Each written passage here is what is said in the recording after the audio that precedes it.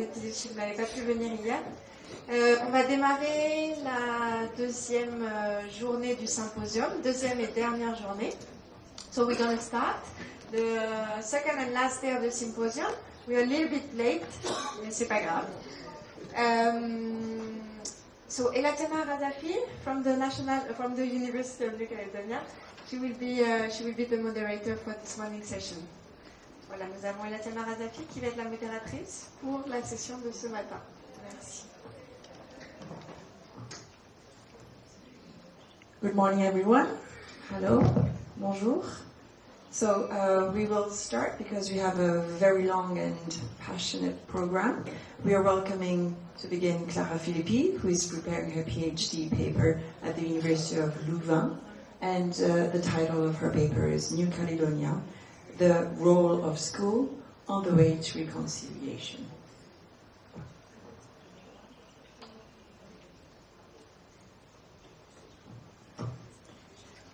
Bonjour à tous et merci de me donner l'opportunité de partager avec vous cette communication.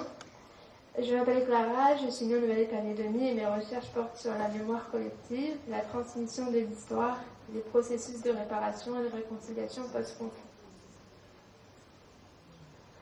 Dans de nombreux espaces du monde, des passés problématiques refont surface, impactant lourdement le climat social. C'est le cas en Nouvelle-Calédonie. Le temps n'a pas suffi à faire disparaître la douleur issue de la colonisation. Aujourd'hui, il faut les soigner, ces mots du passé qui ne passent pas.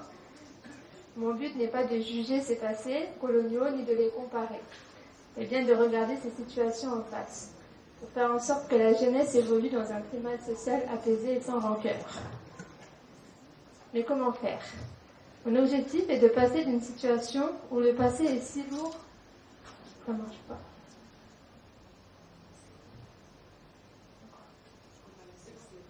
D'accord.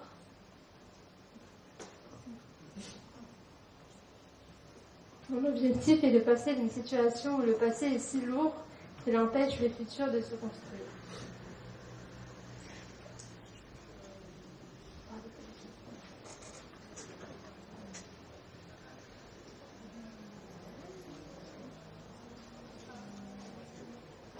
Mon objectif est de passer d'une situation où le passé est si lourd qu'il empêche le futur de se construire à une situation où, sans oublier le passé, notre société est capable de penser un futur commun. La période dite des événements a été un traumatisme pour de nombreux néo-calédoniens. Tout le monde, à sa manière, renferme son traumatisme, à tel point qu'on aperçoit encore ce brûler, ce passé enchaîné à certaines chevilles comme du temps des bagnards. Ma présentation traitera précisément de la question de la transmission de l'histoire récente, au travers des programmes scolaires. Après la guerre civile dans les années 80, la Nouvelle-Calédonie a fait le choix de signer des accords. Ils ont ramené la paix, mais ils n'ont pas permis de réconcilier les mémoires. Le passé est la pierre angulaire reliant la mémoire et l'histoire. La mémoire se nourrit de l'histoire et l'histoire de la mémoire. L'histoire aborde, elle, le passé au sens de la vérité historique, c'est-à-dire les faits, tandis que la mémoire aborde le passé sous le prisme de la vérité du présent. Les souvenirs ne sont pas littéralement conservés, mais plutôt remaniés, en fonction des conditions présentes. Donc la mémoire n'est pas forcément le reflet exact et parfait du passé. Elle en est une trace. Il y a donc 3 types de mémoire. Pour y ajouter de la cohérence. Car notre cerveau, il y a la mémoire collective. Clara aussi qui est une frangine pour moi, une sœur de Calédonie. Je tiens tout d'abord à la remercier pour son exposé qui est très, très intéressant pour la Calédonie. C'est que c'est compliqué le chemin de la paix en Nouvelle-Calédonie. Aujourd'hui, il y a monsieur le président qui arrive ici au Vanuatu, mais hier et avant-hier, il était au Calédonie pour rechercher les voies du dialogue, les voies de la paix. Juste pour dire à l'Assemblée que c'est important. c'est important, c'est que le travail que fait Clara en fait sur l'histoire. Parce que on dit toujours que une génération qui ne connaît pas son histoire est une génération qui est entre guillemets perdue. Donc je voulais juste remercier Clara pour son intervention qui est salutaire pour nous les Calédoniens parce que on souhaite la paix. On recherche ce bien précieux depuis nos anciens jusqu'à présent. Voilà, merci. Merci. Thank you very much, Prosper. I think it's really important to have shared and different narratives on common history. Any other questions, comments on the floor? We still have time. Yes? I have a question over here, please.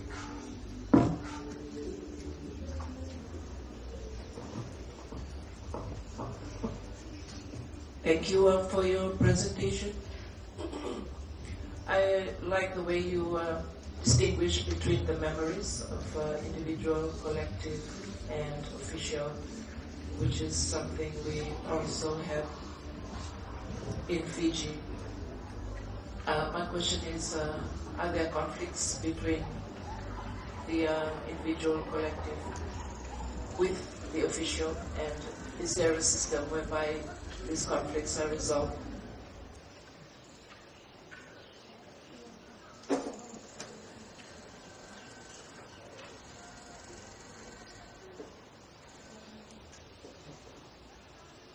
Just answer in French and somebody will translate.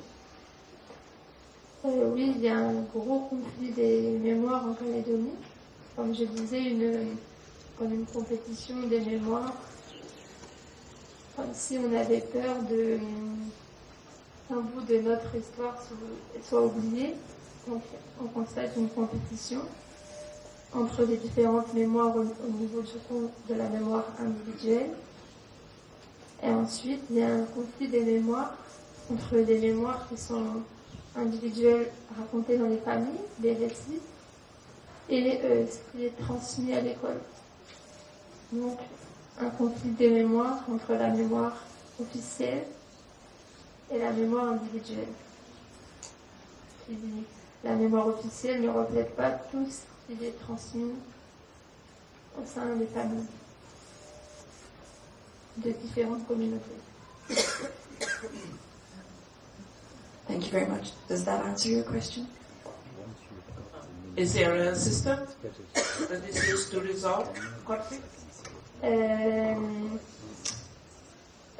À l'heure d'aujourd'hui, non, mais je fais partie d'un comité qui est mis récemment, un comité qui est en train de se mettre en place.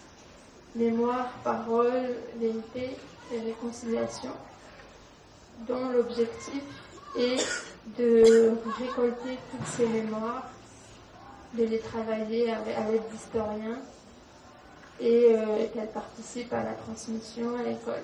Mais ce comité, c'est juste le début, c'est long, donc certainement qu'il va y avoir, mais pas encore. Just to follow up on your discussion, is this committee inspired from the Canadian one with Truth and Reconciliation? And if so, do you also draw on the trauma theory? Donc, est-ce que ça vient du modèle canadien de vérité et réconciliation? Et si oui, est-ce que toi aussi tu prends sur le modèle de la théorie du trauma? Alors, je pense que il y a le modèle canadien, il y a le modèle en Afrique du Sud, il y a en Nouvelle-Zélande, ils ont aussi fait le tribunal de Waitangi. Il y a beaucoup d'endroits dans le monde où ils ont adapté ces comités vérité-réconciliation à leur culture, à leurs coutumes. Et donc là, ce comité-là, il a aussi vocation à être adapté en fonction des coutumes calédoniennes, kanak, de toutes les communautés. Mais l'objectif, au fond, reste à peu près le même, de dire la vérité, d'ouvrir les archives et de libérer la parole. Mais est-ce qu'il est copié sur le modèle canadien? Je ne pense pas qu'on doive importer un modèle de quelque part, mais qu'on doit plutôt observer ce qui se passe et adapter aux coutumes locales. Et personnellement, je ne pense pas que la meilleure solution pour la Calédonie, ce soit un comité où tout le monde doit venir parler, mais on avait plutôt pensé à une caravane qui sillonnerait la Calédonie pour aller à la rencontre des gens et des tribus, plutôt que de faire déplacer les personnes. C'est encore embryonnaire, c'est une idée, c'est en cours de discussion avec les aires coutumières, donc c'est encore au tout début.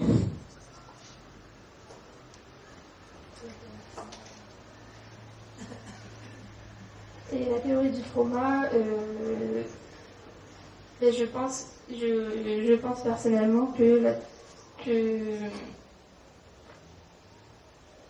certains faits historiques ont constitué un trauma pour certaines populations, pour certaines familles, et que tant qu'on ne traite pas ce trauma, tant qu'on ne permet pas à ces familles de s'exprimer, peut-être j'avais mis un schéma.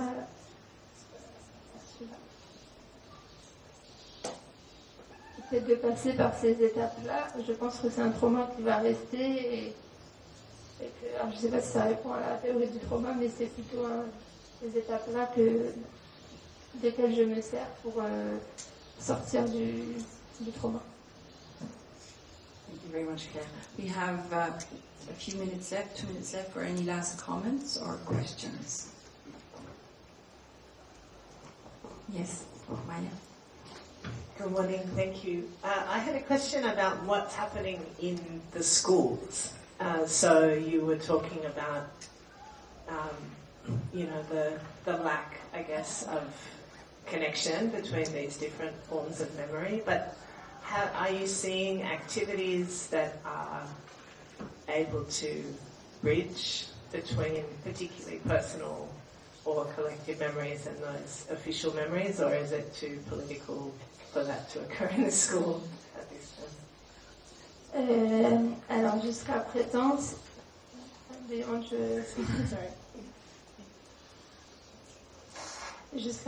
c'était peut-être trop politique, mais la venue hier du président Macron en Calédonie, son discours encourage la création du comité Parole, Mémoire, Réconciliation. Et c'est un des objectifs que va avoir ce comité. C'est pas encore fait. Ça va être en cours de... All right, thank you very much. Maybe one last suggestion question. When you did your diagram with 3 types of histories, the individual, collective, I find it very important that you included family inside the collective, because that's really a reflection of functions in the... And you also had official version of history. My suggestion or question would be maybe to consider in this triangular a 4th type of history, which is the ones that scientists, historians put into words, because I think if we don't really put it into official, it does give responsibility to researchers.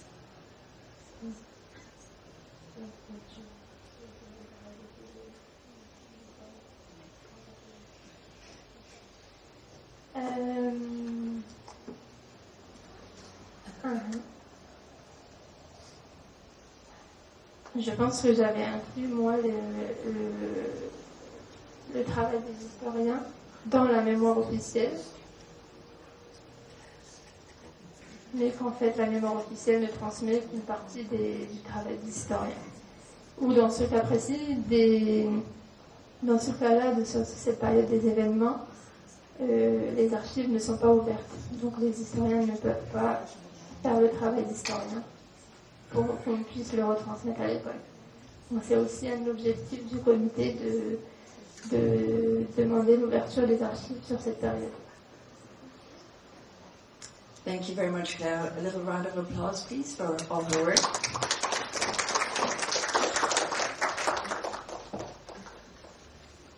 Without further ado, I'd like to call the second paper. The person will be Apollonia Tamara. We'll have the pleasure of listening to Apollonia, who is in linguistics, official delegation of Fiji. She's at USP, and her paper is entitled Language and Cultural Revitalization in Theater and Drama.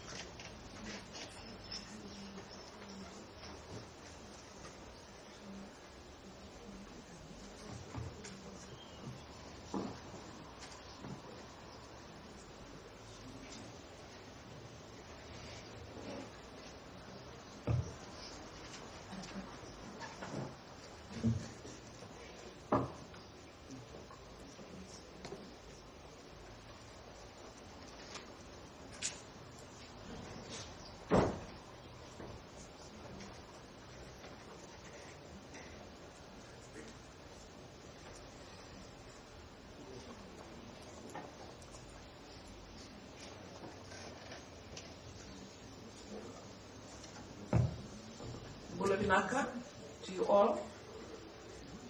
I would like to thank the organizers of the symposium, the MacPherson Symposium, for this event. I feel that you are filling a gap in our conference and symposium scripts in this region. As we know that our region linguistically contains the most diverse region in terms of our languages and our cultures in a relatively smaller area.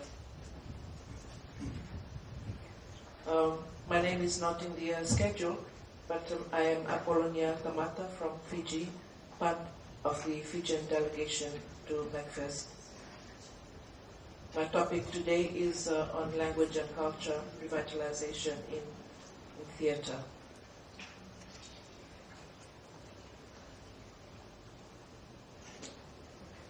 Just before continuing, on a side note, our people love to watch our games, love to watch our sports, love to watch television, and in the absence of our own local theater,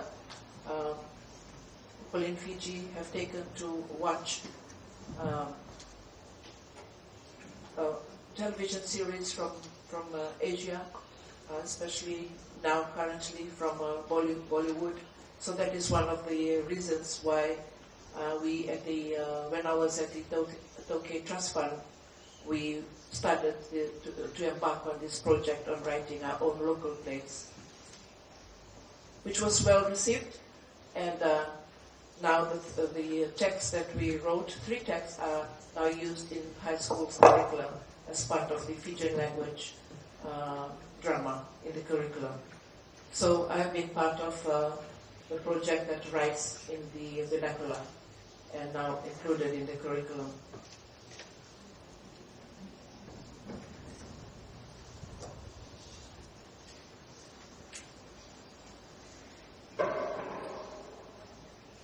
So that is one of the reasons why we took to writing theater in the curriculum.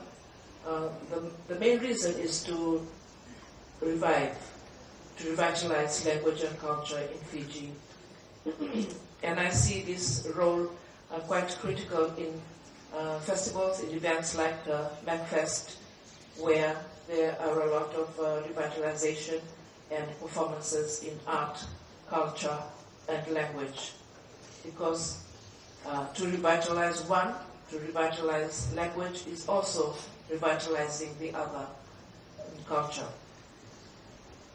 And in this revitalization, we are also transmitting to our younger generations Melanesian ceremonies, worldviews, and ideologies, which is critical and something that is perhaps non-existent in our curriculums, but it exists in our communities, in our stories, in our talks, in our own communities. I wanted to clarify or make a difference, perhaps to myself, the difference between art and culture.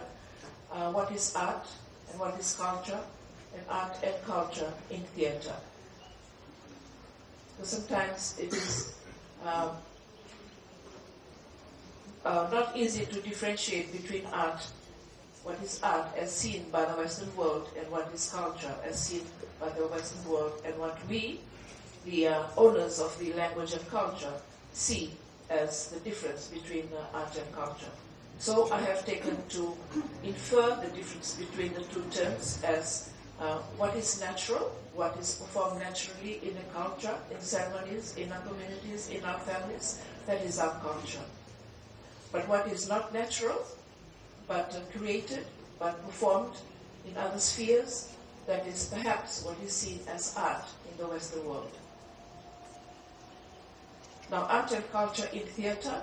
So theatre would be art, literary art. What is presented in theatre is a representation, a manifestation of the real and the natural culture that we practice in our communities.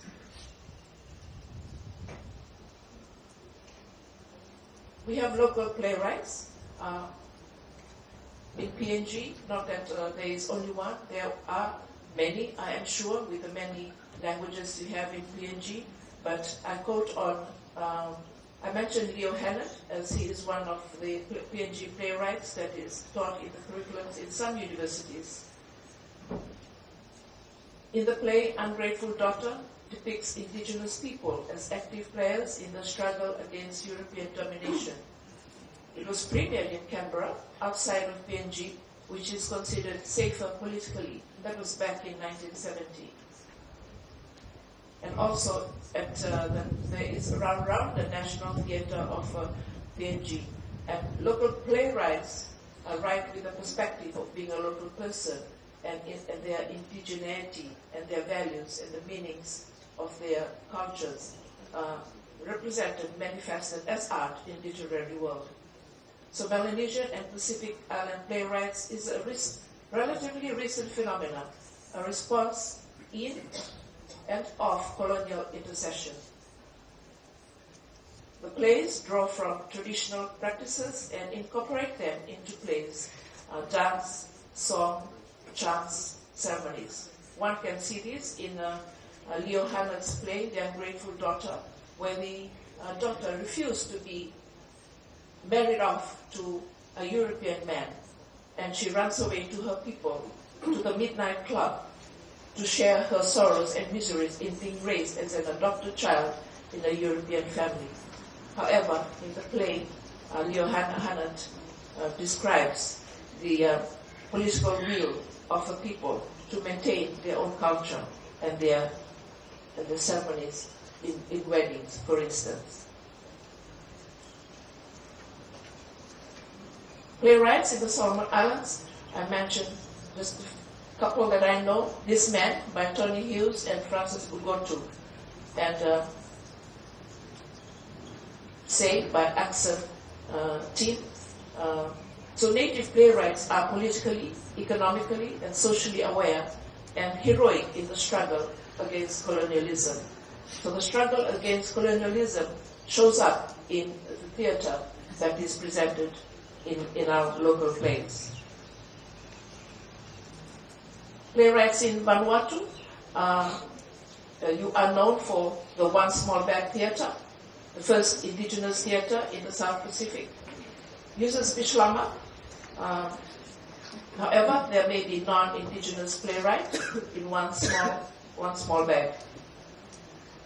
There's a fusion of indigenous theatre practices and Western forms. But fortunately, there is funding along with One Small Bag Theatre that many of our other local plays, local theatre groups lack. But One Small Bag Theatre positively presents theatre for community development and positive change. They have produced a TV series, Love Patrol, and 2 nights ago, I was fortunate to have been able to watch Me Sorry, Me Wrong.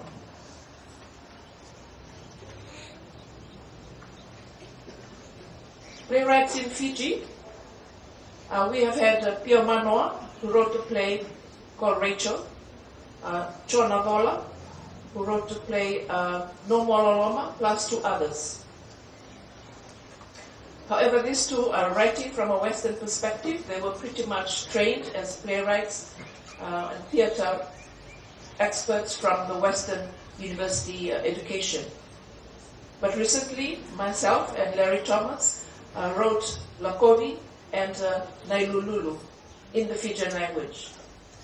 And I wrote Naketkete Ngele, also in the Fijian language. These plays are quite different, and I will be talking about them in this presentation. But in this study, we see the differences between playwrights who were trained from the Western perspective and playwrights who write from the local perspective. In theater, in the local language, we'll use the example in Fijian. So the playwrights that we wrote in the Fijian language were the first in Fiji. And if a word was created by Pio Manoa and called it Wakawowotu, to translate the word art in literary arts, choosing stage drama as a medium of language and culture revitalization, and only in the Fijian language. We were fortunate as well that we had funding from Itohe Trust Fund Board. Lakovi, a 3-act play, which projects a traditional marriage proposal. It talks about the economic status of soldiers in the British Army and the importance of money. Again, a Western concept, and the changing lifestyles, the plight of single mothers and illegitimate children, and touch of feminism. Also, the impact of marijuana. So again, these are the impacts of colonialism into our cultures.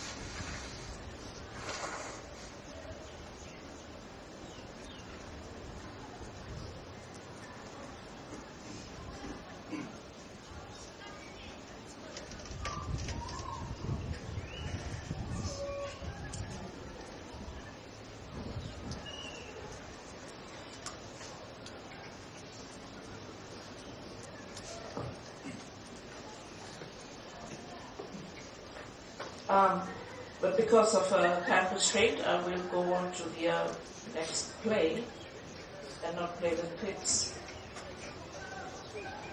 The second play, Nailululu, translates as the handshake in meeting maternal uncles, grandparents for the first time in the children's maternal village. A tambua, whale's tooth, is given, signifying this culturally important occasion. It features the importance of women, motherhood, ceremonies, the festival of the handshake, and clan and communal collaborations. Currently, and from the Western perspective, we speak of human rights, but in Nailululu, and we feature the privileges accorded to women in such an event that is produced in this play. Again, there are social issues embedded or considered in this play: education and career choices, family income, abuse of young girls, religion, cover misconceptions, greed for items of value, and paternal hierarchy and women. But importantly, this play recognizes the importance of women in our communities. A creation story on how the island of Naingani was formed. It also presents a basket of soil, and it includes chants, song, and poetry. This play includes the cultural performances as art in this production. So one of the important issues played out in the Ketegele is the significance of land and women in our cultures. It is said that there are only two things that create battles in our Fijian history, that is land and women.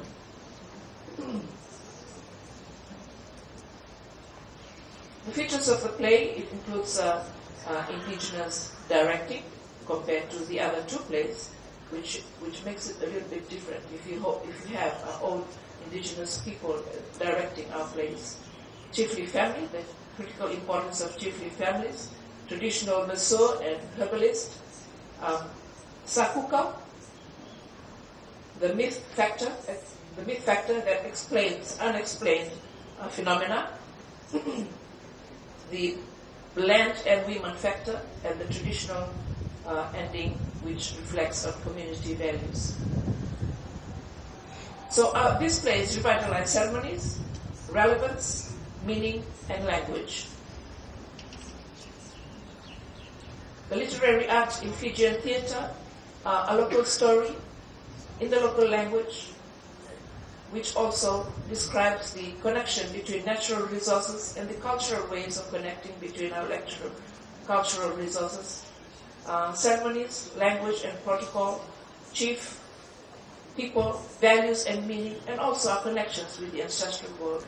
All playwrights that I've looked at in the Melanesian, as well in Pacific Islander playwrights, they talk about the connection to the ancestral world, whether it's with their parents who have long gone or with their ancestors, who gives them a message.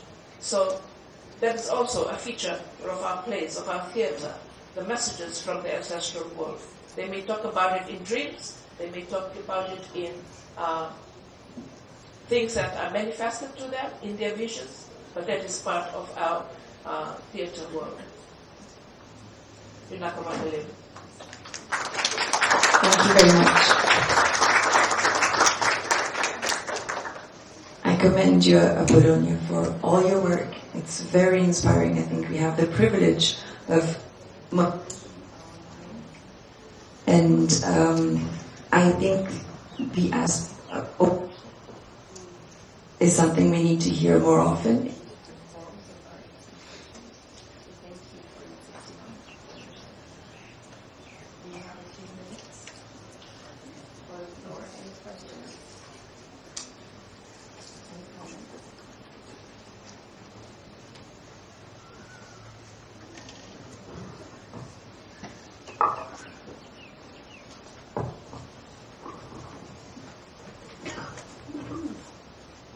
So we have time for any comments, any questions. Do you want to develop a bit more on ownership? Yeah, I think we need to own our language. Communities need to own our dialects and also be instrumental in language and culture revitalization, because no one else will. There will be help from the government, there will be help from researchers, there will be help from NGOs perhaps, but the owners and speakers of the languages and dialect, we need to be proactive and revitalize our own languages and cultures and relay these practices so that the younger generations can see this being practiced and performed and lived, because our languages and cultures are lived and not merely in performances. But that's why we have taken that initiative to display this in theatre, in play, in drama, and it is taught in schools, because the living aspect is slowly losing out in our communities. Thank you very much. We have a question from the floor.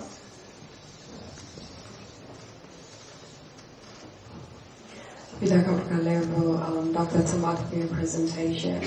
I understand that from yesterday's sessions we talked a lot about the different forms of visual arts and how we're trying to recreate our own narratives, but also stories that can inform our children about us, instead of using Western stories for them to learn. And I was wondering, you have some clips in your presentation, and I know that due to technicality it might not be possible, but is it possible to sort of like have a glimpse of what how theater is played out, particularly in the context of Melanesian countries, just to give us an idea of that, instead of, to actually see and have a sense of it. Do you want to try? We do have time. If it's no longer than 5 minutes.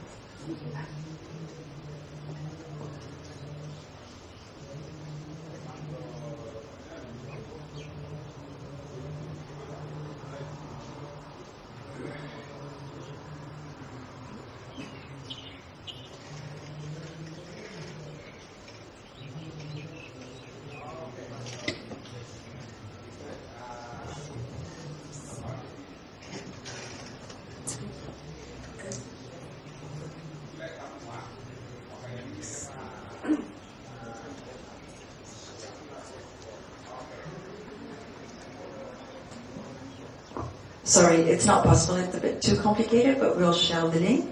I think it's a great idea to remember that there were clips in the presentation. We have a few minutes for another question. Yes?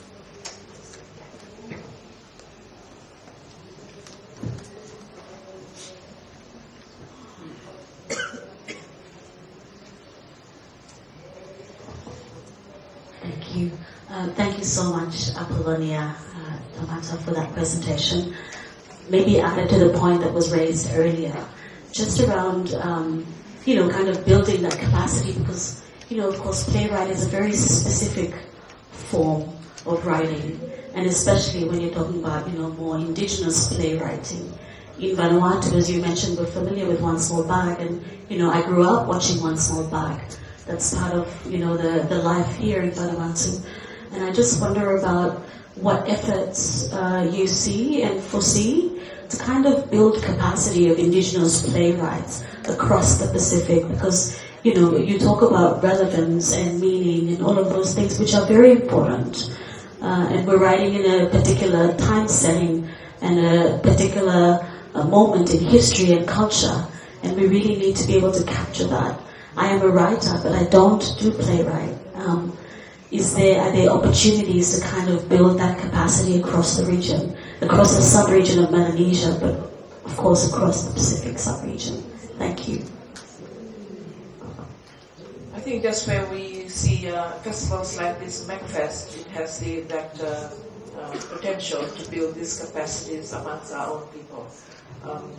Theatre used to be taught at the University of the South Pacific, again from the Western perspective. It is no longer taught now, it is no longer part of the program at the University of the South Pacific. So we just have to initiate these initiatives with our own governments, with our own universities. But indigenous playwriting is a different way of thinking and a different skill set.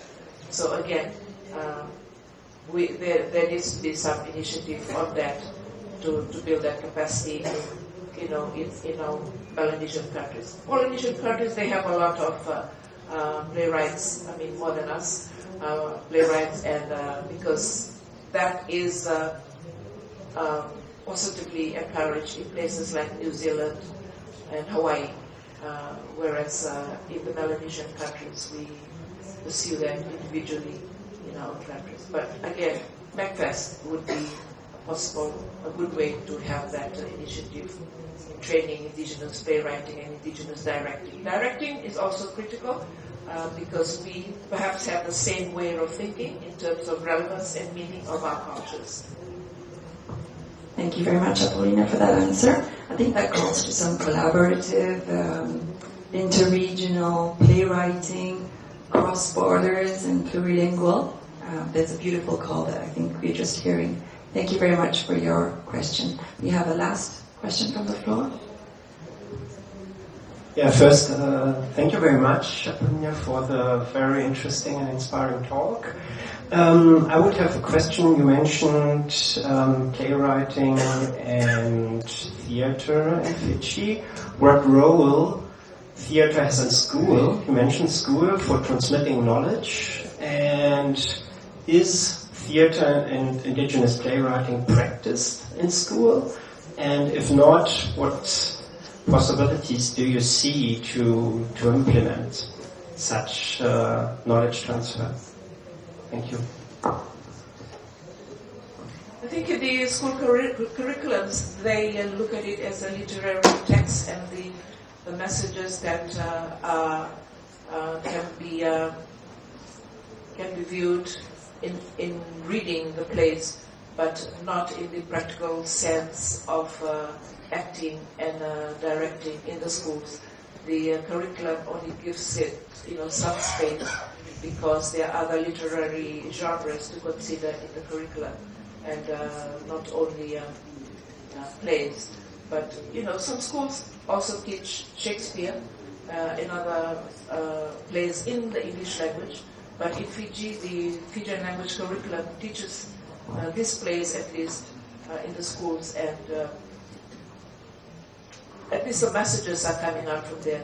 The basic things they teach are the settings and the characters and content and those, but not into the theatrical skill sets and designs of theatre. So there's much scope in that, in my view. Thank you. I think we brought up a key issue here, how we can transmit, but also how we can create, maybe with children within educational system. Thank you very much, Apollonia. I'd like to maybe say one last thing that seizes up on the different issues that you brought up. There's a saying that I find very echoing: nothing about us without us. Thank you very much. Good one.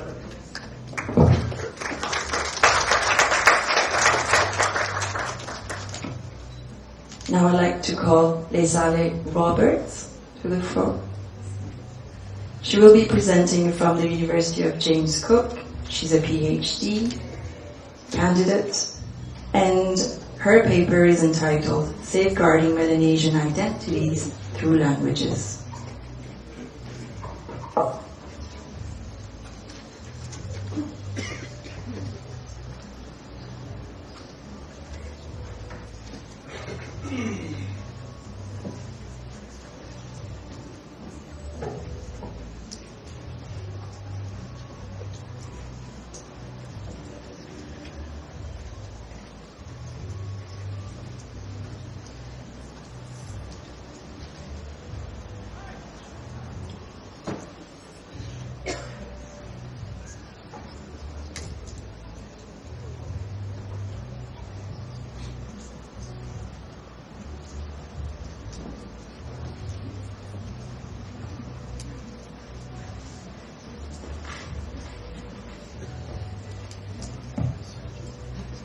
Hello, Keta. Good morning, everyone. First of all, I would like to thank the organizing committee for this opportunity. And I would also like to acknowledge the traditional owners of the land that we stand on, past, present, and emerging. I'm no expert in this field. I'm still learning, so I also acknowledge the presence of fellow linguists in this room. So what I'll be presenting on is safeguarding Melanesian identities through languages. So this is an outline of my presentation. But before we go into the entire presentation, I'm going to put on my teacher's hat, and we're going to do an energizer. Can I see some slides? Yes. So I want you to listen and tell me what language this song is in.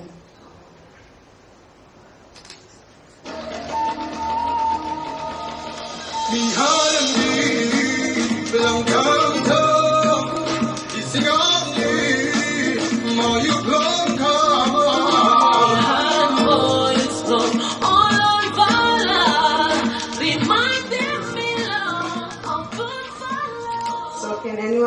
what language the song is in?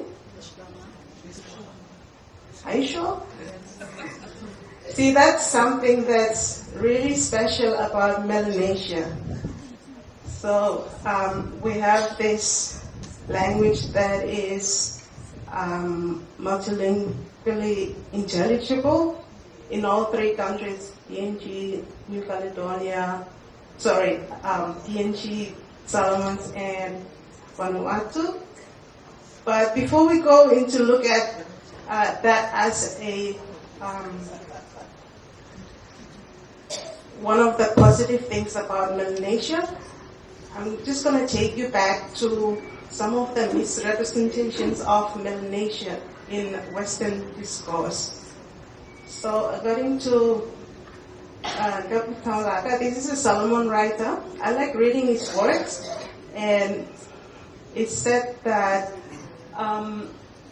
during the colonial era, mostly Western writers normally misrepresent Melanesia and what in their writings. So that is why it's important for Melanesia or people in the Pacific to write their own stories.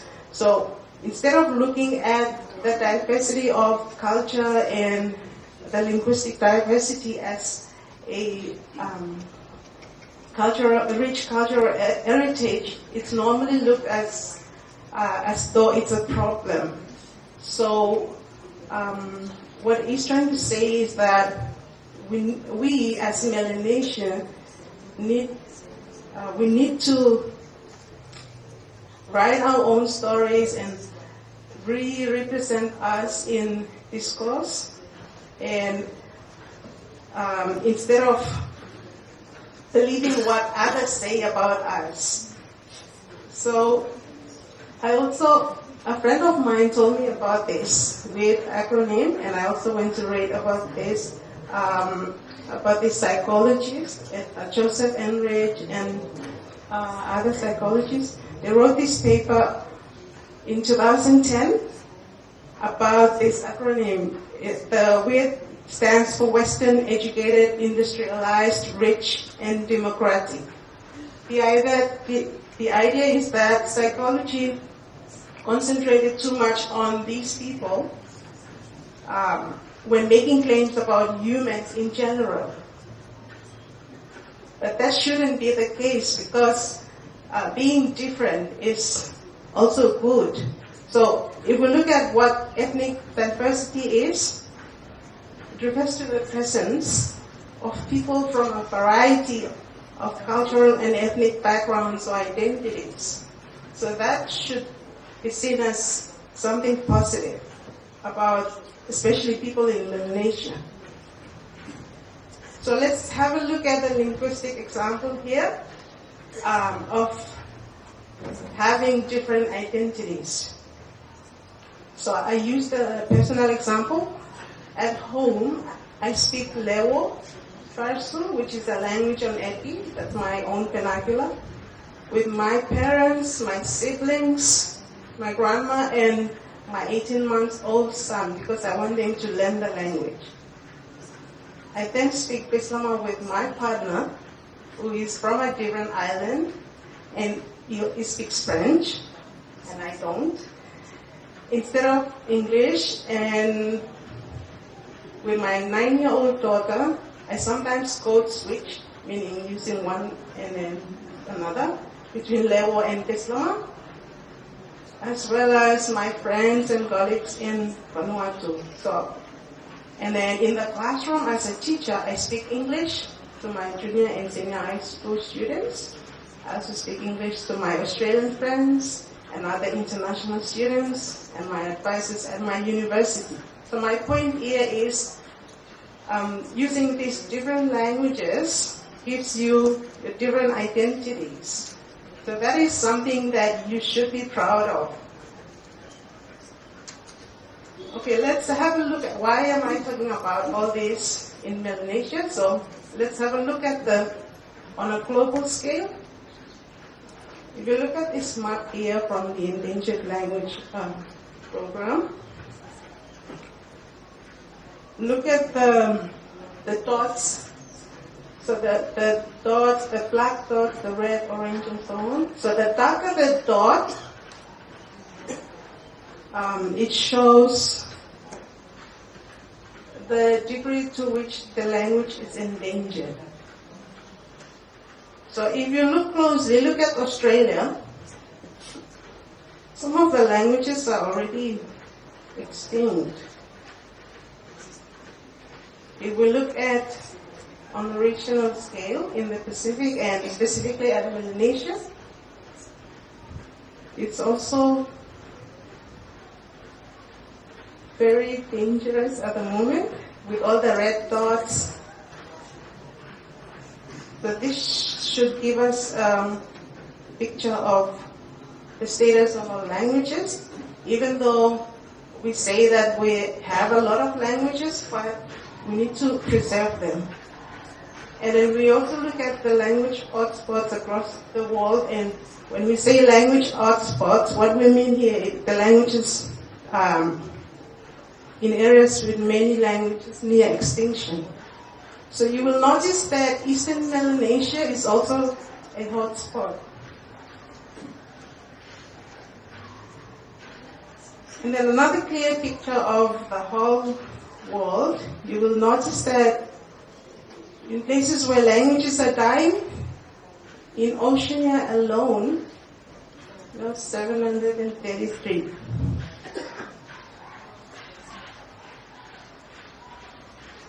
Well, let's have a look at the language situation in Melanesia. So we all know what countries make up Melanesia. But right at the beginning, I played the song, and something special about Melanesia is the use of an overall umbrella language or lingua franca that is used in Vanuatu, PNG, and the Solomons. So the PNG has its Tokpisin, Bislama from Vanuatu, and Pidgin in the Solomons. So we say that all these three varieties are highly mutually intelligible, meaning that when someone from PNG speaks their Tokpisin, I can understand them, and vice versa. And I think our friends from Fiji have already mentioned a bit about Fiji. This here is a statistics, but we have more updated ones. This is just to show you how diverse we are in terms of our languages. If you look at this, so the countries in the world with the most linguistic diversity, look at PNG, our friends from PNG. You should be proud of, you are the most linguistically diverse nation on earth. So, and you are part of Melanesia. So we should preserve those languages. I have 5 more minutes. So, why are indigenous languages important? I took this example from this presentation from Dr. Deborah McDougall. She did this presentation at USP when I was doing my undergrad. And she talked about this project that the Language Institute that they have. So students who are flocking to the Kulu Institute in the Solomons, on the island of Ranota, if I'm correct. So what they do is the students go there to learn the language and study in the language. So it's used as a subject and also as a medium of instruction.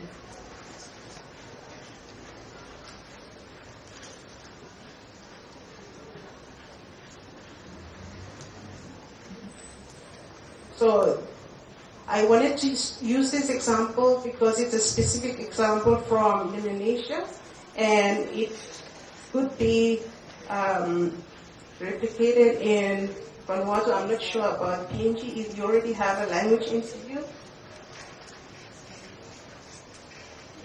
So what they're doing is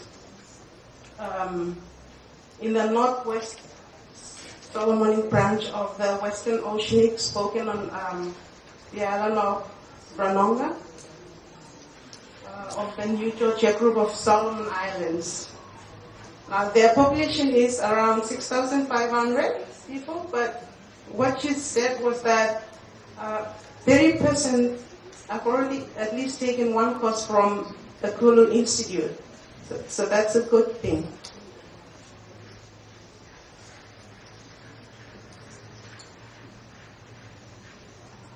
So I'm just going to share with you briefly on my research. It's a work in progress. And just to correct our moderator, I'm not doing my PhD yet.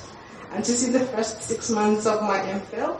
So the title of my thesis is Child Language Acquisition, a study in Lewo, my own language, in Vanuatu, and this is my advisory panel. Just a brief overview. So I am looking forward to study how children learn their basic lexicon in the first few words in Lewo. And so it's a language spoken on Epi, my island, to the northeast and the southern part of the island, and also the offshore island of Laminu Island. So research has shown that we don't have enough data on language acquisition. So that's why I want to do this. And then what we can do is give back to the community. And in the future, it can also help us to produce maybe learning material for the kids, because we want to preserve these languages as soon as possible, because research has also shown that by the end of this century, some languages will be extinct. So we should preserve them while the kids are still learning. So some of the recommendations and way forward, I have 1 minute. So Melanesia needs more linguists who have the best of intentions to document and preserve the linguistic diversity that we have been blessed with. So a lot of linguists, I'm going to use this as an example here. So they travel all the way from their various places here to do their PhD and masters on our languages. So nobody is doing that.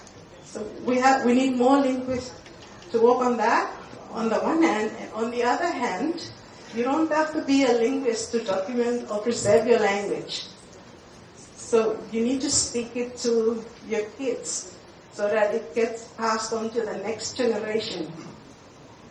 So in language acquisition, the process is that kids need to, there needs to be input. They have to be exposed to their language. They have to hear it in order to acquire it. They have to interact, talk with the parents, and also they have to be motivated to use it. So what we can do is we can harness platforms and tools in the 21st century in preserving our languages. So you can use your phones, your cameras to document your language. I just attended a previous language conference and training. Tiomir is here, my trainer, and the other linguist. So if you are interested, we can show you how to create a dictionary in your language. And yeah, we can talk about that later. So you don't have to be a linguist to save your language. To conclude, I'm just going to play a quick poem. Just want you to listen again. To the girl in English class, what is funny? What is hilarious about my painful attempt to communicate in a language that is not even my own? See, this accent tells the story of survival. Tells how my mother tongue endured to this day, so I expect you treat my tongue with some respect. Every word, every syllable I utter comes from a riot within. My mouth is a battle between subconscious tongue, teeth, and vocal cord. So excuse you if my speech does not suit you. See, this speech comes from this slaughterhouse I call a mouth. See, my mouth is a battlefield. A clash of unyielding cultures, warring for dominance. See, my tongue is a traumatized survivor, lost in this alien fluency. See, this accent is how I find my way home. How I say EDP without biting my tongue. So my tongue is forever at war with itself, forever fighting to decolonize itself, fighting to lose and regain itself all at the same time. So cut me some slack. I will not be ashamed nor refrain from saying my name, and no, I will not apologize for my mother's legacy. For there is no dignity in denying my identity. So to the girl in English class, it's about time we learn my own language too. And this quote here from Nelson Mandela: if you talk to a man in a language he understands, that goes to his head. If you talk to him in his language, that goes to his heart. So let's work together in safeguarding our Melanesian identities through our indigenous languages. Thank you.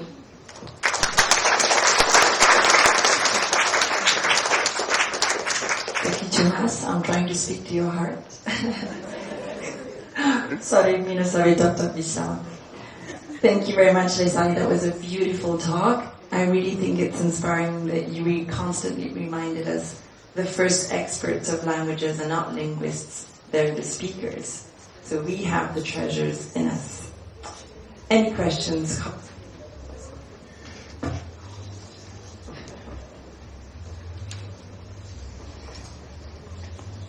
Yes, we have 2 questions coming up. Hi, thanks for the talk, Lisa. So, the title of your talk is Identities in Plural. So, in Vanuatu, for example, like everywhere else in every other country, you have different identities. You have a local identity, you have a national identity, and you might as well have an identity as a global citizen. So, the main function of language, besides communication, is also marking identity.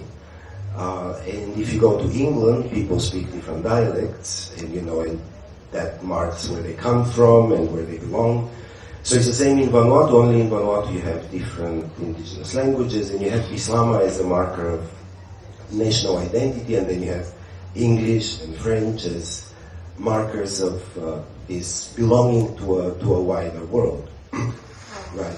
So I just wanted to point out that there's a comment that you talked about the Western discourse about identities and about languages. This Western discourse, which is very faulty, obviously, has been echoed by people in Vanuatu, both politicians and I think local people very often, when I talk to people about Bislama, they will say, oh, it's broken English. No, it's not broken. First of all, it's not English. It's a different language. It just happens to have borrowed a lot of words from English. And there's nothing broken about it because Bislama has structure, unlike some people have pointed out in the media. For example, Bislama is a parasite. Bislama doesn't have structure. No, it does have structure. The local languages have structure, but it's very similar to that of Bislama. So I think it's very important that people should recognize this multilingualism, both politicians and local people, as an asset, as something extremely important, and safeguard these different identities which form everyone's personal identity. Thanks. Just a comment if you want to add something. Thank you, Timo. That's a very constructive comment. That is what is happening here in Vanuatu, and we talked about that a lot during the conference. And so when I said Western discourse, we talked about what your Westerners write about us, but I forgot to mention the fact that it's not only from Westerners, but it's also embedded in the minds of the natives themselves. Like us in Melanesia, we tend to look down on our languages, even those people who are non-Europeans. So there's a confusion between what's an L1. Is it the local languages of Bislama is seen as a parasitic language, and people tend to go for a more prestigious language like English or French because they feel that this will help their kids be successful in the future. But we should know that Bislama is already an L1 for students residing here in the urban, in Port Vila. And so it's a first language for most of them. And for those in the rural, that's going to be a second language because they have their own native dialects. So there must be acceptance of that. So just the same as it has an official status. Why do we use it in parliament, in books? When we have meetings, we use Bislama. So it's already part of our identity. So we should accept that. I know that there's no consistent in the writing, the spelling, but it's already part of our culture.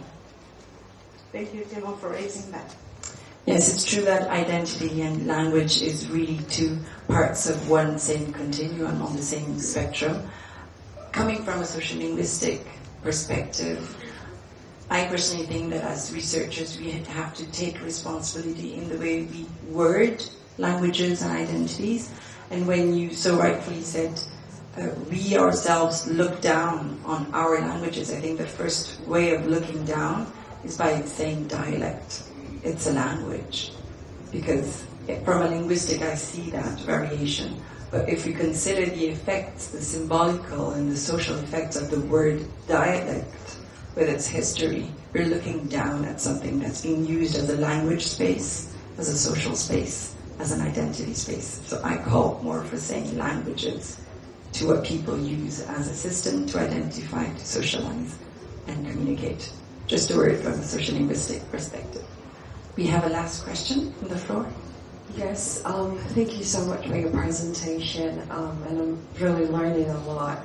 I would like to ask you on this idea of preservation of languages.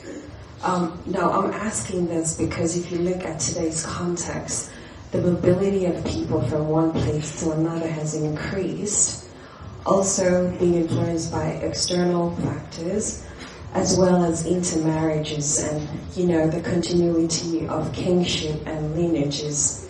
When we talk about preservation, how do we preserve languages which are meant to continue?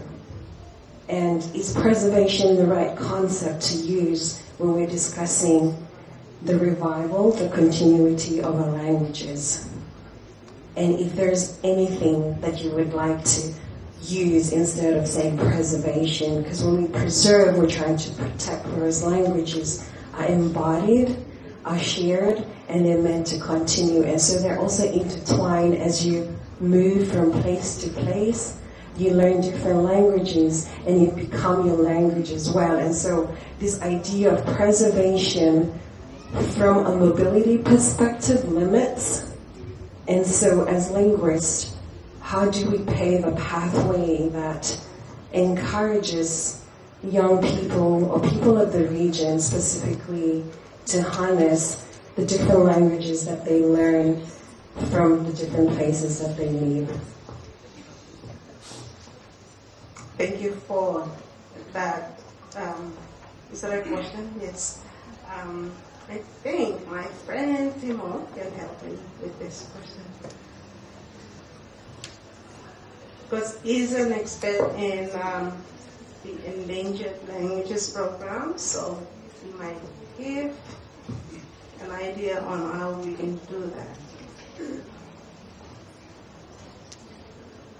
I think you touched upon a few things. First of all, what's revitalization? So people use different terms like revitalization, maintenance. And so basically, first you need to know how endangered the language is, because there's different levels of endangerment.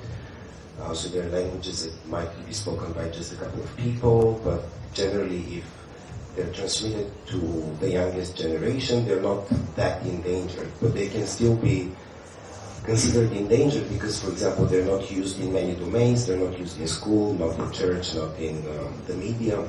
So if you want to maintain your language, what you want to do is you want to expand it to different domains. You want to put it in church, in school, in the media, in ceremonies or whatever. Now, I personally understand revitalization as a process where a language is already on the verge of extinction or already extinct, like cases like Maori, Hawaiian, and so on, and then they are revitalized, although people use these terms a little bit interchangeably. And what was there another side to your question?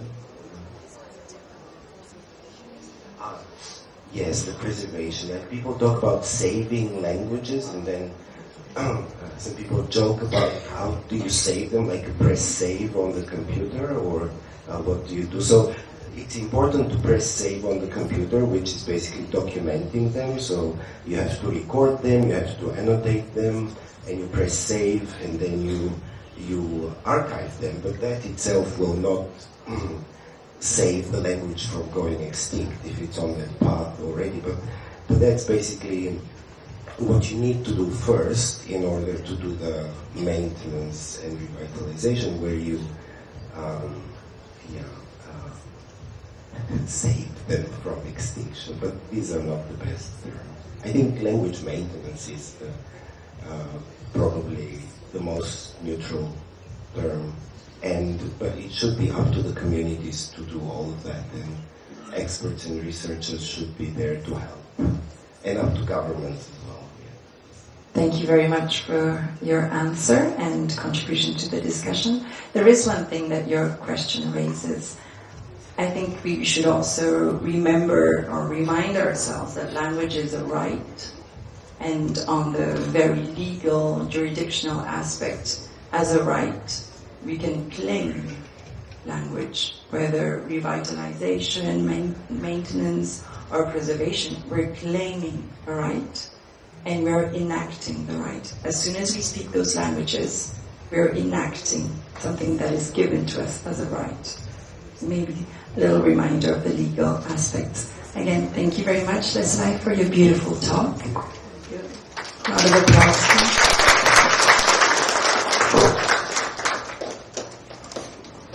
We can now welcome the last paper for the morning session.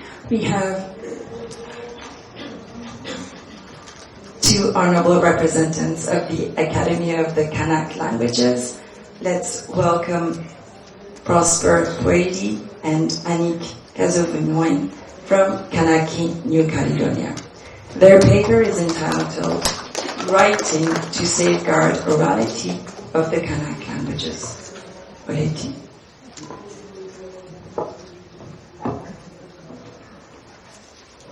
Bonjour à tous. La famille, bonjour à tous. Nous sommes tous une famille.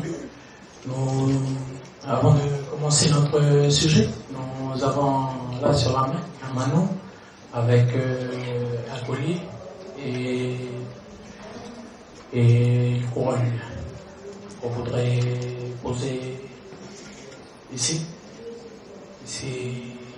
devant vous, aux autorités coutumières du Vanuatu, aux représentants du gouvernement Vanuatu, à tous ceux qui ont contribué à ce symposium. Nous sommes heureux d'être parmi vous aujourd'hui. Ce geste représente la coutume kanak. Quand on arrive dans une maison, quand on arrive dans un pays, on doit tout d'abord s'abaisser, respect, humilité envers le pays hôte, Vanuatu, les organisateurs, l'ensemble des délégations qui sont ici, Vanuatu, Fidji, Papouasie-Nouvelle-Guinée et Salomon Island. Voilà le geste pour vous dire bonjour et respect aussi envers le Conseil des chefs ici au Vanuatu. Avant de dire ces paroles, on voudrait faire ce petit geste. Voilà, merci. Thank you. Notre sujet d'aujourd'hui, d'abord nous allons nous présenter. Nous sommes à l'Académie des langues kanak en Nouvelle-Calédonie. Voici ma collègue Annick Kazovimoa, qui est ma coordinatrice des actions et missions de l'Académie des langues kanak. Et moi, je suis chargé d'études des langues kanak. Avant de commencer notre sujet, notre intervention aujourd'hui répond à une commande du gouvernement de la Nouvelle-Calédonie dans le cadre du festival Melanesia qui se passe aujourd'hui, au même titre que les intervenants calédoniens. La Nouvelle-Calédonie est répartie sur 8 aires coutumières et linguistiques, avec environ 28 langues et dialectes kanak. La culture kanak est diversifiée à travers ses langues et ses pratiques orales. Nous avons comme thématique l'écriture pour sauvegarder l'oralité kanak et les langues. Notre plan de présentation va s'articuler sur 2 points. C'est vrai qu'on n'a pas beaucoup de temps, on nous a dit qu'on n'a que 10 minutes, mais on voudrait aussi poser 15 minutes. On voudrait profiter de ce petit temps de dire le maximum de choses qu'on fait au niveau de nos travaux dans l'Académie des langues kanak avec nos collègues. Je n'oublie pas nos collègues qui sont restés au pays. Il faut savoir que le pays kanak est constitué de 8 aires coutumières. Et nous représentons aujourd'hui les 8 aires coutumières. Mais ici sur le plateau, nous avons l'air Kanichu et Adjaro.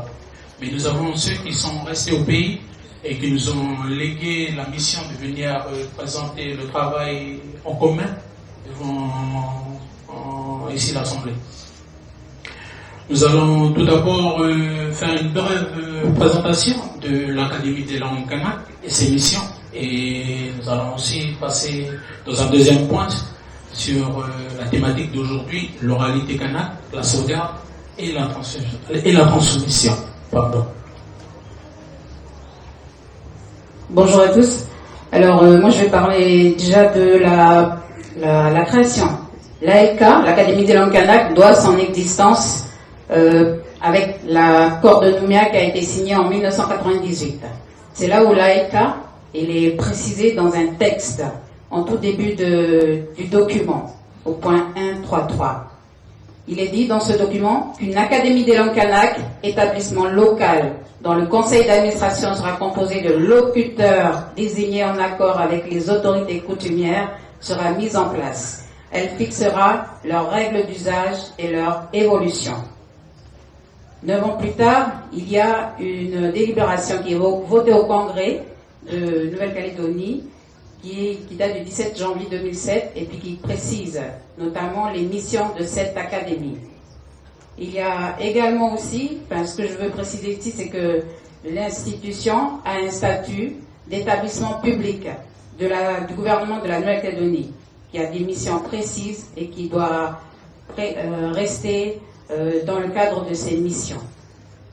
Mais en dehors de ce statut-là, il faut savoir que la lutte pour les langues et la culture en Nouvelle-Calédonie est le fruit d'un travail qui doit se faire tous les jours. Il doit se faire tous les jours dans le sens où depuis 1853, l'année de prise de possession de la Nouvelle-Calédonie par la France, nous devons lutter pour que nos langues et notre culture soient reconnues et vues également. Voici comment se compose l'Académie des langues kanak. Donc, comme Prosper l'a dit, il y a 8 aires coutumières et linguistiques. Sur cette carte que vous voyez, chacune de ces aires linguistiques, Hotmawab, en bleu tout à fait en haut, Paiti Jamuhi en rouge, Anjaro, Kharatu, Djoubea Kaboume. Et dans les îles Loyauté, nous avons Ningone, Jehu et Yai. Et l'Académie des langues kanak, même s'il a une direction, une administration qui est sur Nouméa, et bien dans chacune de ces 8 terres coutumières, on a différentes antennes qui travaillent, qui sont localisées, qui travaillent sur les langues qui sont parlées dans ces différentes aires coutumières. Et sont représentées par nos chargés d'études. L'Académie des langues kanak, comme je l'ai dit, c'est un établissement public, mais qui est composé d'un... En fait, son fonctionnement, c'est un conseil d'administration où on a les représentants de l'État, des 3 provinces en Nouvelle-Calédonie, ainsi que du Sénat coutumier et des académiciens qui sont désignés par les coutumiers issus des différentes aires coutumières. Au niveau des missions générales de l'Académie, la première mission, c'est la codification et la normalisation des langues kanak. Langues et dialectes kanak. On a déjà eu des propositions d'écriture. Ce sont des ouvrages que Prosper vous montre.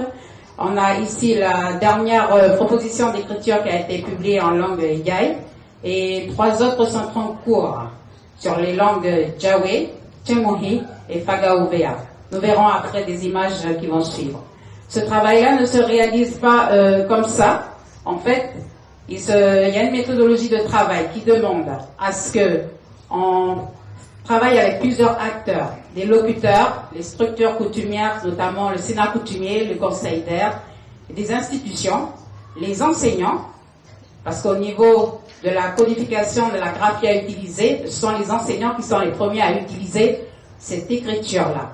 On a aussi des acteurs culturels, des animateurs au niveau des mairies, etc., qu'on sollicite pour pouvoir travailler sur les langues, notamment proposer une écriture de la langue. On sollicite également des associations, des comités de langue, et tout ce travail-là se fait sous la coordination, supervision d'un linguiste du LACITO CNRS ou des linguistes de notre pays.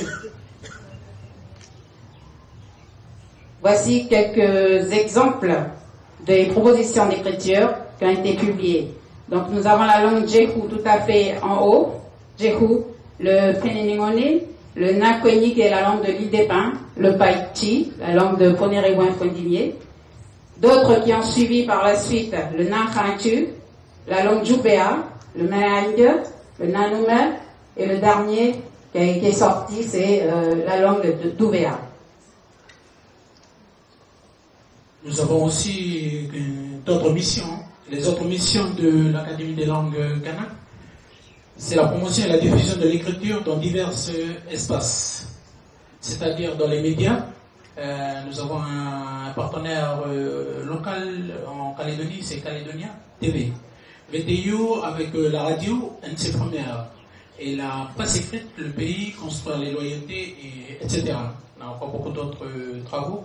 Ou cependant, il y a aussi les événementiels, où on intervient à l'Académie des langues kanak directement sur le terrain, par des stands de documentation et des ateliers vivants. Un exemple des bombogravures en langue kanak, etc. Et aussi pendant la journée des peuples autochtones, le 9 août de chaque année, semaine des langues, etc.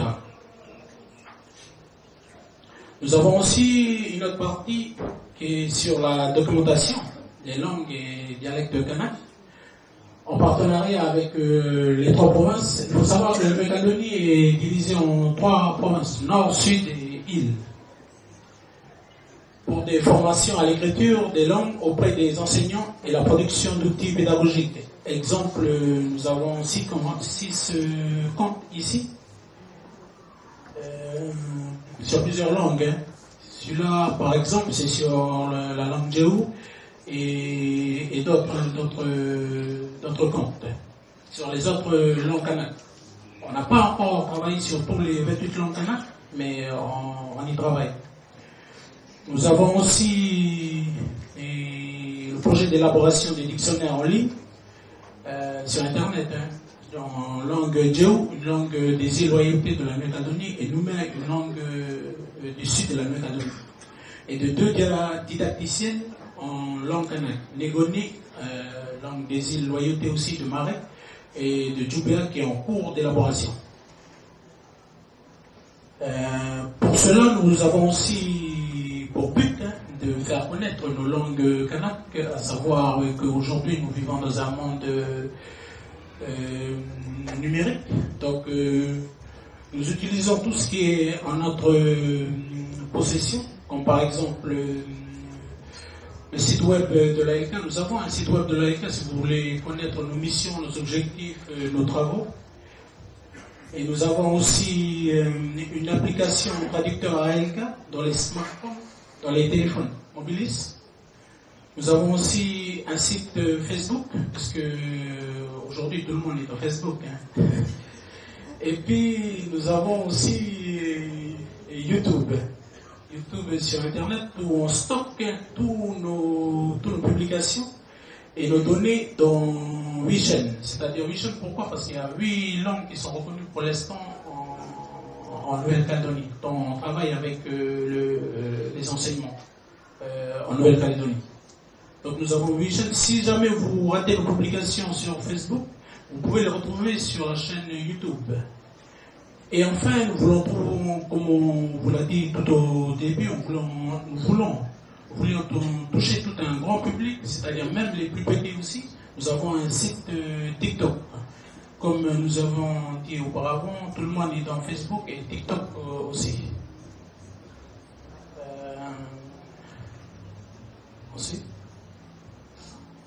Si notre mission c'est de diffuser les normes d'écriture, je vais dire ce qu'il y a en rouge, c'est qu'on voit d'abord l'écriture produite par nous et on découvre le savoir culturel, ancestral et linguistique qui l'accompagne. C'est ça le plus important.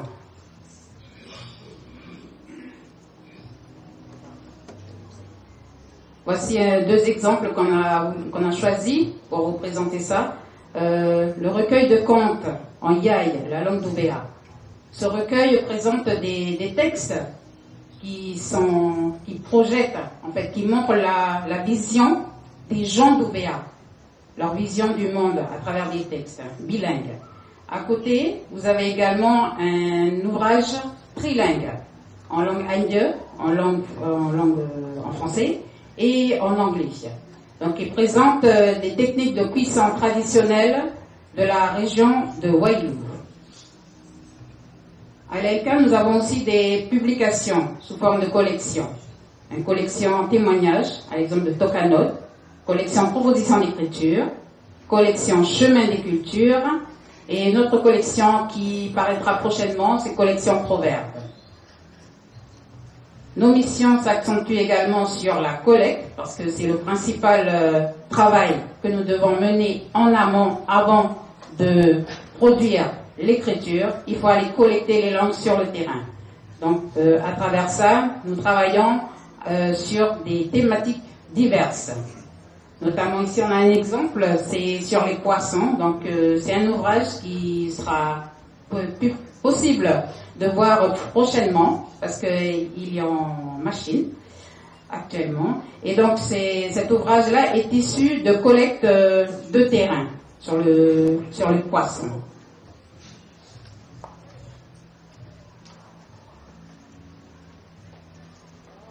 Nous allons maintenant passer à notre deuxième partie du programme, du sujet. L'oralité kanak, la sauvegarde et la transmission.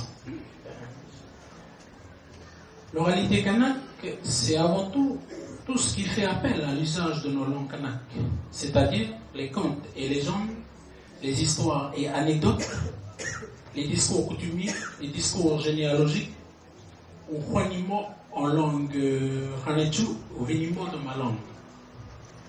Les berceuses et formulaires, chant aïaï, kenepo, joute verbale, chant polyphonique, pas corse, mais kanak, etc. Et les toponymies et les panneaux. Parmi toutes ces formes d'oralité, nous avons décidé de choisir 2 formes de pratiques peu observées. Les contes et les joutes verbales. On va commencer par les contes, les vinimos de ma langue et les huanimos en langue Hanechu. le terme Nimo va s'adresser à un public plus restreint, pas à un grand nombre de publics. Et le terme, et pour le deuxième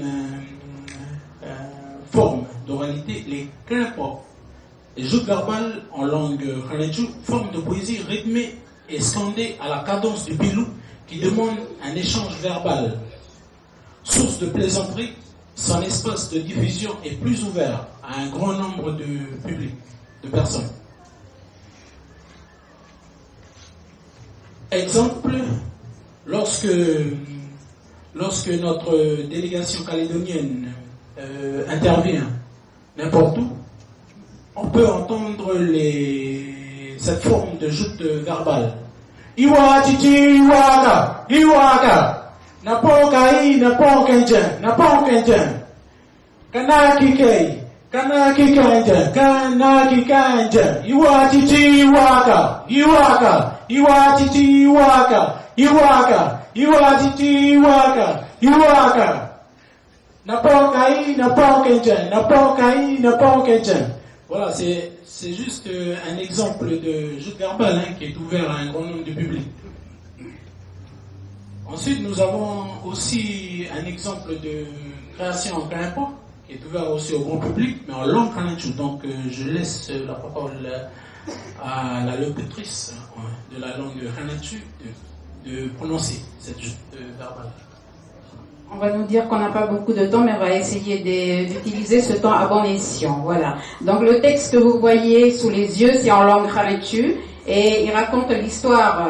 Il vous invite à danser sur les poissons de la rivière qui habitent la rivière jusqu'à l'eau saumâtre en bas et puis on sort vers la mer. Ça dit ceci.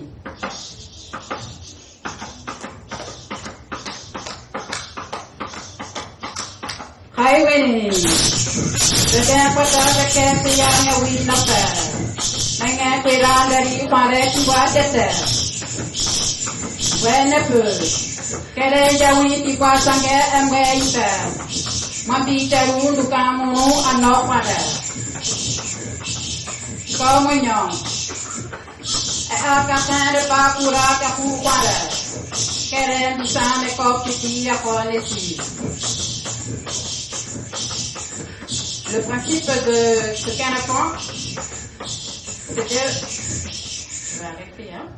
Le principe de ce canapon, c'est de dire une phrase et en chœur, le public ou celui qui écoute, il essaie de répondre. Voilà. On a aussi des exemples issus de nos aires coutumières, donc les berceuses de l'île de Lifou, qu'un de nos chanteurs très connus a repris, Shaiwa Minetu, Time is over.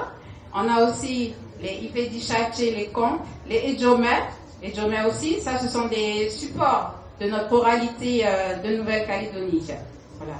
L'autre exemple qu'on voulait présenter aussi, parce que ça ressemble un peu aussi au Canapon, qu'on voulait mettre en avant, c'est les Waoueng, prononcé avec l'accent bien sûr. Les Waoueng qui sont des chants polyphoniques, qui sont basés sur un texte très court, et que les gens de Lifou adorent chanter, les gens de Marais également. Ce sont les Wedein, les chants de la route. Et que ce petit texte très court, il y a un chanteur qui chante et puis il y a un chœur qui reprend le chant. Ce qui est important de retenir dedans, c'est que le chant, là, quand il est interprété, chacune des voix qui va composer le chant est à sa place, est importante pour le chant. Pour qu'à la fin on dise que c'est un bon Waoueng ou c'est un bon Wedel. Voilà. Et c'est la polyphonie qui est mise en avant. Et ce qui est à retenir dedans, c'est que ce n'est pas improvisé. Il y a quelque chose, il y a un sens. Voilà. Pour quelle finalité nous avons présenté ces différents exemples? Premièrement, pour mettre en valeur les différentes pratiques de l'oralité canadienne, et deuxièmement, pour mettre en lumière l'espace de transmission, le rôle et la fonction des acteurs, une hiérarchisation sociale à respecter. Et comment transmettre cette oralité? Par l'écriture dans un premier temps, qui fige le savoir et la langue dans le temps présent pour les générations futures. Dans un deuxième temps, la diffusion des écrits montrée pour partager et éveiller les consciences sur la nécessité de sauvegarder et faire vivre la langue et la culture. Passer par les divers canaux de diffusion médias, réseaux sociaux, Internet, etc. Troisièmement, la démonstration et la pratique dans divers milieux, à commencer par la famille, les clans, la tribu, et village ici, région scolaire, événementielle, école, etc. Quatrièmement, la création. Lorsqu'il n'y a pas, on crée.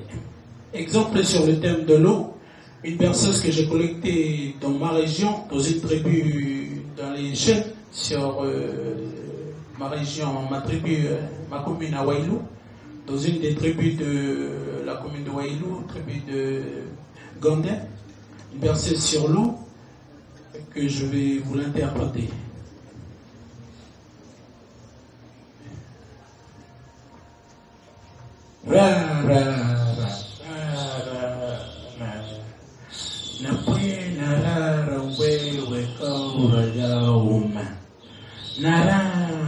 Narama koi waneli wakamwa narama namoro hei nakama narama tequila para bien. Et voici un exemple de création en version pilou de la berceuse que je viens de vous l'interpréter.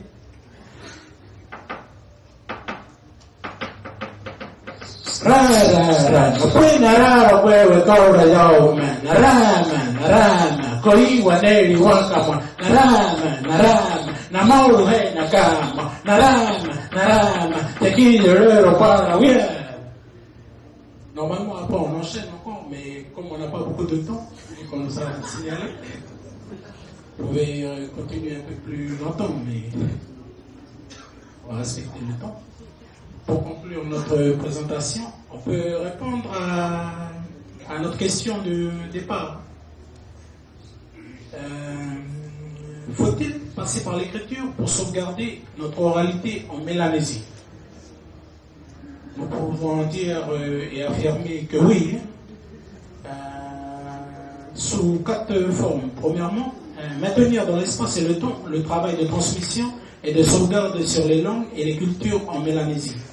Deuxièmement, collecter, archiver et documenter les langues minoritaires et en danger en termes de savoir artistique et culturel. Voici un exemple d'ouvrage d'une langue qui est en danger en fait. Cette langue-là, c'est la langue Sicha, et il ne reste plus que 5 locuteurs. 5 locuteurs. D'après les derniers recensements des lycées, il restait plus que 12 locuteurs. Mais comme c'est une langue de ma région, je côtoie ces locuteurs-là, et par rapport à tout ce qui a été dit hier et aujourd'hui, nous avons un grand travail de préservation, de collecte sur ces langues-là, pour que nos générations futures sachent qu'il y a eu des langues qui ont été parlées dans ces régions-là. Et aussi, en troisième point, tenir des questionnements permanents sur le devenir de l'identité artistique et linguistique singulière à chaque culture, et enfin reformuler et reconstruire les identités dans un projet en commun avec nos pluralités mélanésiennes.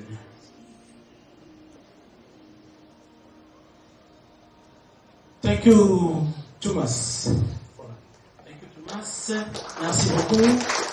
Eyoko, Eyati, Choreo Mayai. Oleti, thank you very much to our honorable representatives of the Academy of the Kanak Languages. And we do understand how important it was for them to finish the demonstration. I'm sorry that we don't have a lot of time for questions, but I do welcome at least one comment or question from the floor, please.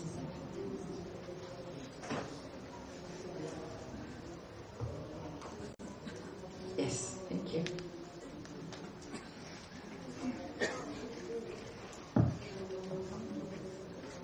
Because I'll say the comment in English. Go ahead, you're welcome. I want to thank the presenters for a very insightful presentation. My name is Arthur. I'm a lawyer in Vanuatu. And if you know about the practice of law, we use languages every day, 24 hours a day. Without language, you can't really practice law. So my comment or question is more like, say the ILCA achieves its aim in the future to come, to document and safeguard and preserve the languages of our people of Kanaki. And then what? What happens after that? Is that where we rest? Is that the end of the ILCA story? Because in Melanesia, my view is we need to mainstream indigenous culture. So maybe if you document the language, should it be that we go the next step and we use the language for students in university to write the exams in that language? For us to make laws in those languages? For us to use GPS apps using those languages? Because I come from a geospatial data policy area. Or do we just stop at documenting languages? What's your thinking? Thank you.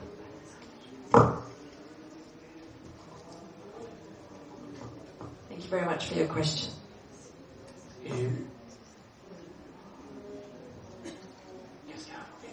Ok, merci beaucoup, monsieur, pour votre question. C'est vrai que après plusieurs travaux entrepris par l'Académie des langues kanaks, on n'aura jamais fait tout le tour. Tous les jours on apprend, tous les jours on doit aller collecter, tous les jours on doit aller chercher à préserver nos savoirs de langage et de tradition, parce que une chose est sûre, nos anciens ne sont pas éternels. Ils ne sont pas éternels. Ça, c'est une réalité qui nous touche tous à l'Océanie. Ce sont des bibliothèques vivantes que je nous encourage à aller les voir quand il est encore temps. Il y avait une intervenante hier, je ne sais pas si c'est une Salmonaise ou un Fidjien. Elle parlait de sa grande-maman, de sa grand-mère, et ça m'a beaucoup touché. Ça m'a beaucoup touché. Parce que chez nous aussi, les Kanaks, les anciens, c'est important. C'est important, c'est sacré. C'est sacré. Donc, pour dire la suite du travail, c'est vrai que nous avons une mission, c'est-à-dire écrire, collecter. Mais nous avons aussi un travail au niveau de l'enseignement. De partager les langues à les enfants à l'école, mais aussi nous poursuivons aussi le travail à l'université en Nouvelle-Calédonie. Moi je suis un exemple, je suis un modeste intervenant, un prof à l'université en Nouvelle-Calédonie sur ma langue.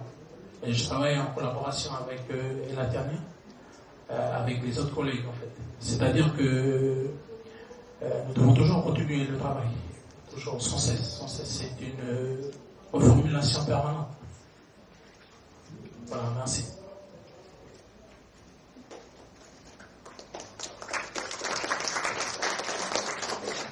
Je vais être très brève. Monsieur, je vais essayer de répondre à votre petite interrogation. Mais s'il y a des arbres qui poussent, c'est parce qu'il y a des racines. On voit de loin ce qu'il y a là-haut, on voit les feuilles, on voit les branches, on voit jamais les racines.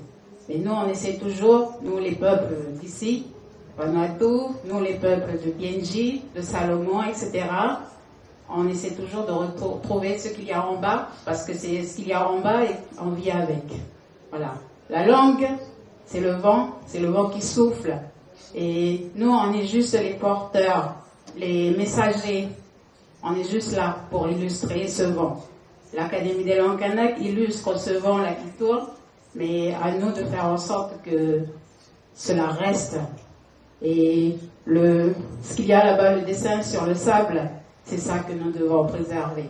Voilà, chacun de nous. Tioren Mayai. Thank you very much to Prosper and Anik. I think the last metaphor is the most precious one we could keep in mind when she said their roots, if there are trees. And let me just take a second here to continue this metaphor. There's a young Kanak from Lifu, artist who also works in hip-hop, and he uses the metaphor of roots by reminding us that we have the banyan tree, and the banyan tree shows its roots. It shows that it has plural roots. And he talks, and he wrote with me about this, saying this is the theory not of the glissant identity, but of what he calls the banyan identity. It's having and owning plural roots and showing them. Thank you very much. We've ended our session. Thank you.